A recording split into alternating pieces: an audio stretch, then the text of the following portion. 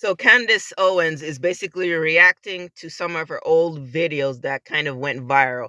So I'm not going through all of it, just some points that I heard that kind of caught my attention. Not even really caught my attention. I just felt I would kind of share and make something in response to it. Police officers more than white Americans. Candace Owens, that rotten So she's reacting to people's reactions to her video. She's the worst. I can't think of a worse way to make money. She's the most articulate idiot. I didn't make money on that video. Yeah, you did indirectly. You put the video out. The video went viral, which now led to you having different multiple streams of income coming in somehow, some way. Because now you have your own show, you have your this, you have your that, you have your platform the way it is. Nobody really kind of knew about her as far as in the mainstream. People in the political field probably knew about her, but mainstream regular people really didn't know that much about her until that video. So, which led to her pretty much being who she is right now. So you did still kind of make money through that video, but it's not, it's not even about that. Whatever. That's good. Get your shit. She's so articulate. She tell you how stupid she is precisely. Like I said, we're not listening to everything. We're not watching everything. There's just a few things to respond to. So first and foremost, that video, it still, is number one most viral video that I've ever done, which shocked me. I mean, it was such a casual thing. I was sitting up there talking to my husband outside in DC, and I was just like, I can't even stand this anymore. It's a bizarre thing to me because I've grown up with uncles that are addicted to drugs. It's very weird to me to try to turn somebody who is a drug addict, turn somebody who is a criminal into a martyr. It's very weird that there are. It's not about turning a criminal or a drug addict into a martyr. It's a matter of the fact that, no, look how this person got treated. Nobody's putting him on this extra high pedestal. It's about, look how this innocent man, we're not talking about what he's guilty of before, because that's not what he was stopped for. Look how this innocent man, whether he was even guilty, look how this man got handled by police in their custody. Guilty or not. It's look how this man, this black man, got handled in police custody. No white man has been there with their neck under no police officer's knee for 9 minutes or something like that, like it was. Just choking to death. It's not about what he was. That's why this what makes this woman just seem so freaking, I don't want to get into name calling, but what do you mean? Nobody's putting him on a pedestal just because he's a junkie. That's not what people are talking about. We're talking about, look at his treatment under police custody. Murals and statues erected of George Floyd at the same time that they're fighting, having the same way there's statues and whatever of all your founding fathers of this country who did 10 times worse things than George Floyd, who committed 10 times more brutal atrocities than George Floyd. Yet they have statues all over the place. I don't hear her saying anything about it. I don't hear her having an issue or an opinion about it. Yet these men make George Floyd look like a fucking saint compared to all the kind of cracks, all the kind of criminal acts that they committed during their time to set this country up, that everybody's so quick to defend, but nobody wants to talk about how you really got this place and how you set it up.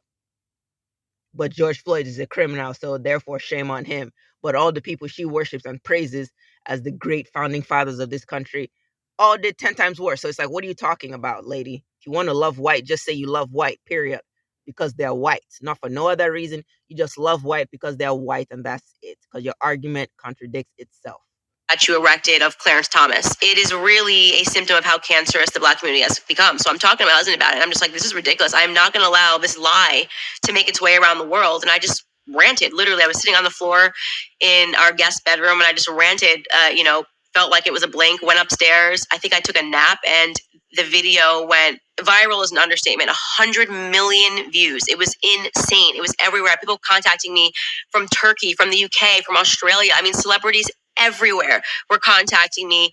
And the number one sentiment was thank you, because they had actually bought into the media narrative, because they were just seeing every night, this is what's happening to Black men in America. This is happening. And now that's where you have to now check and see. That's her role. See, nobody in the government, but everybody has their role to play. Democrats, Republicans, they're all the same team. They're all the same team. They get their scripts at the same time behind closed doors when they're all meeting in their briefing room from their shadowy masters. They're all on the same team, and everybody has a role to play. Candace's role is to make white people comfortable with all the ish going on with black people, because if there's a black person in the media as loud as she is, refuting everything that black people are feeling, then they feel comfortable in like, okay, well, no, we don't have to just kind of tuck our tail, because after all, look, this black person is saying it's all right that he got killed and had a knee on his neck for 9 minutes. So now they get comfortable kicking back. Not it takes her job is to take the pressure off white people by being the black person out here refuting everything black people are fighting for, or struggling with, or whatever.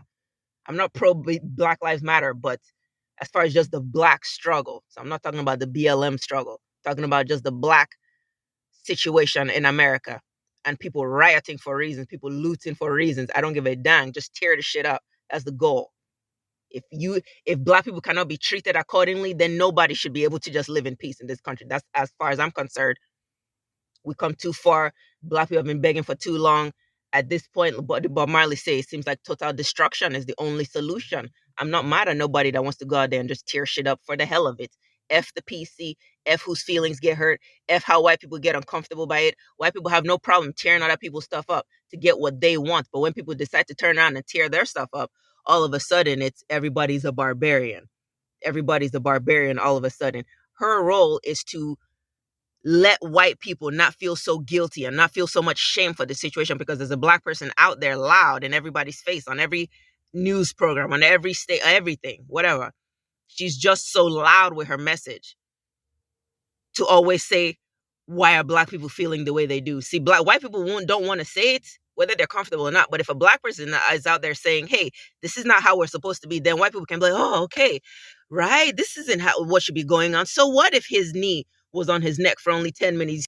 But if there's a black person out there saying, I don't know why everybody's complaining that his knee was on his neck for 9 minutes, then white people can now get comfortable expressing how they really feel, can get comfortable feeling what they really feel, which is just like they don't care at the end of the day. And at the end of the day, yeah, white people are looking at you like, well, he should have just listened to the cop. Not an excuse. 9 minutes, I'm pretty sure you had him subdued in less than 2 minutes. You had this man completely subdued. The rest was for your fun and your pleasure of just knowing you have your knee on the neck of a black man, to the point that you took his life. Jesus Christ of Nazareth. That was a while ago, but my God. That's her job. That's her role. You see, you need to start seeing who these white people plant in the community for you. And then there's a lot of black people that will support her, because there's a lot of black people who don't want trouble. They just want peace and and peace to get along with white people. But then there's real black people who know, F y'all, we are not here to get along with you guys, because you guys don't want to get along. So if you don't want to get along, then we'll show you what it means to really not get along. Black man, and nobody had talked about the fact that this guy was a career criminal. It is very hard to get arrested 9 times, to spend 9 times in jail and in prison before you turn 40. Like, that is the one remarkable thing that George Floyd did, is that he was able to spend that much time in prison before. All right, well, it still doesn't justify nothing. Like, it's just fact. If he was in jail 9 times, then the police should have hemmed him up and thrown him in jail for the 10th time. It's just that simple. That's how you deal with criminals. That's why you guys have the police officer system set up.